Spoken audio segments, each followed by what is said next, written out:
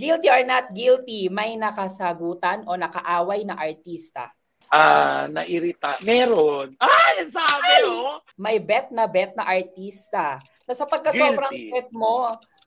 bet mo, Ate Negi, mapapasabi ka talaga ng titikman. May naka-secret on na artista. Guilty or not guilty, artista na ayaw mong makatrabaho. Napagalitan sa set. Okay. Ay, ako magbigay ng ano.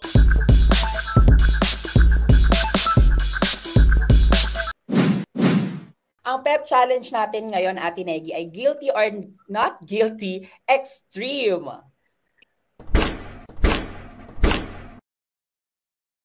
Ayan. Ang guilty or not guilty extreme ay sagad, pasabog, grabe. As in SPG. Gusto mo yung Ate Negi, pinaghandaan ko? Gusto ko yun. Yes, gusto ko yun sagad, pasabog. Grabe. Grabe naman. Oo, kasi magbibigay ako ng mga statements, Ate Negi, na kailangan mong sagutin kung guilty or not guilty ka. Pero hindi doon natatapos. Pag sinabi mong guilty ka, kailangan mong magbigay ng initials kung sino yung tinutukoy mo dito. Ready ka na, Ate Negi? Ready na. Game ako dyan. Go! Okay, game. Unang-una, guilty or not guilty, may nakasagutan o nakaaway na artista? May nakasagutan or parang hindi ako guilty dyan. Or ano, sige, may parang medyo nairita ka. Nairita. Meron. Ay, sabi oh! Ayoko mag-name. Meron naman. Kaya mo ba magbigay ng initials? Initial? Hindi ko kaya. Ate Negi, kahit unang letra lang, as in, una lang, hindi nakasama yung second initial para, okay. Laban. Carry ka doon. Nito, kung nakasagutan, di ba? Or nairita ka, ganon. Okay. Ay, ako magbigay ng ano. Pero hindi, okay naman. Okay na rin naman kami nito. Okay, basta may A yung pangalan. Mayo! Basta, oo. Okay. May angkin na kagandahan. May angkin na kagandahan, no? Naitawid. Okay, next. Guilty or not guilty? May bet na artista. Sa pagka-sobrang bet mo, Ate Negi, mapapasabi ka talaga ng titikman. Meron, guilty. Initial, hindi na. Papangalanan ko na. bet. Super crush ko talaga si Patrick Garcia. Oh. Super crush ko talaga yan. Pagka nakikita ko siya, alam mo yung kinikilig talaga ako. Ayun. Nag-meet na kayo? Oo, nagkita na kami sa Gandang Gabi, Vice. Sobrang gwapo niya. Kaya lang hindi kami nabigyan ng pagkakataon magchikahan. Pero masaya na ako doon. Hindi kumukupas, no?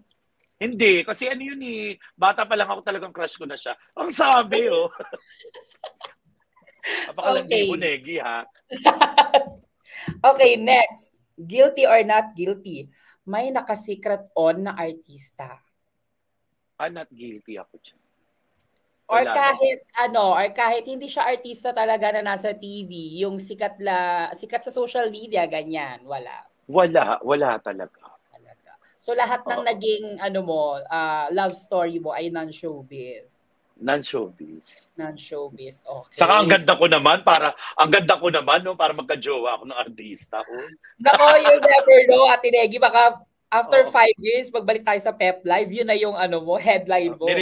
Nire-reveal ko na, no? Wala naman so far. Wala pa na. Okay. Abangan natin, magkakaroon din dyan. Okay, magbilang anghel ka sana, Kim. Naku, tapos Ate Negi, pag naging totoo to ha, balikan natin, tapos pag-usapan. Ay, ikaw agad ang sasabihan ko, Kim, nagkatotoo yung sinabi mo. May jowa akong celebrity ngayon. Wow, ano kaya pili ko, Lolo? May jowa akong celebrity. Wow. Naku. Abangan natin yan. In 5 years, balikan natin tong Pep Live na to. Okay. Next, guilty or not guilty? Artista na ayaw mong makatrabaho. Guilty or not guilty? not guilty ako dyan eh. Kasi okay sa akin, kahit sino. Kahit meron kang naririnig na, uy, si ganitong artista, mahirap katrabaho yan. Oo, okay lang. Kasi hindi ko naman malalaman kung hindi ko pa siya nakakatrabaho. May mga nakita na rin ako naman akong gano'n. Pero bilang syempre ganyan trabaho mo artista, syempre wala kang 'di ba na mamili kung sino yung makakatrabaho. Blessing pa din 'yun. Okay kung hindi man okay, pero it's a blessing pa rin. Gawin mo pa rin yung participation mo. 'Di ba? Correct. Kung gusto niya kung gusto niya magtaray, di bahala siya magtaray siya diyan, di ba? Pero hindi ka magpapaapekto para doon. O sino na lang yung nagtaray? Ayoko mag-mention! Sige, palalagpasin natin yan, Ate Reggie. Okay, next na tayo. Baka malagot ako. Correct, baka malagot. Next, guilty or not guilty? Napagalitan sa set. May it be director or staff or kapwa-artista mo. Guilty. Ano yan? May dumating na napagalitan din ako kasi mali yung pag-orient ko at yung late na late sa trabaho yun, napagalitan ng staff, napagalitan ng guilty ako diyan. Anong na-feel mo, Ate Negi, nung time na napagalitan ka? Syempre okay lang kasi kasalanan ko naman eh. 'Di ba? So, alam mo 'yun, okay lang.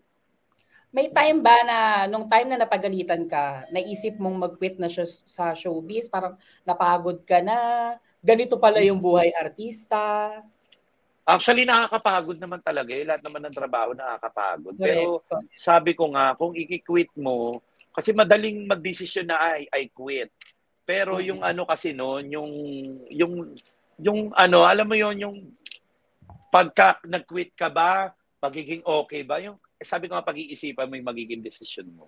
So, ako hindi naman akong light na paggalit lang naman. At saka yung yung galit naman na kaya ka napagalitan kasi para din naman sa iyo 'yun. 'Di ba? Oo, para din sa ikakabuti mo rin. And may matututunan ka rin. Si Ate Vice nagalit, ayan, pangalanan ko na si Ate Vice, pinagalitan din ako niya kasi nga dahil nga sa sobrang loaded na ng trabaho, hindi ka na nakakapasok sa taping. So yun, tinatanong kung ano ba ang priority mo, ganun. Yung mga in a good way naman na pagsasabi niya. Nung GGV days to, Ate Reggie. Yes. Kasi nagkakaroon ka na ng maraming projects, parang marami ka ng ganap, kumbaga, na ano bang gagawin mo, yun, di ba?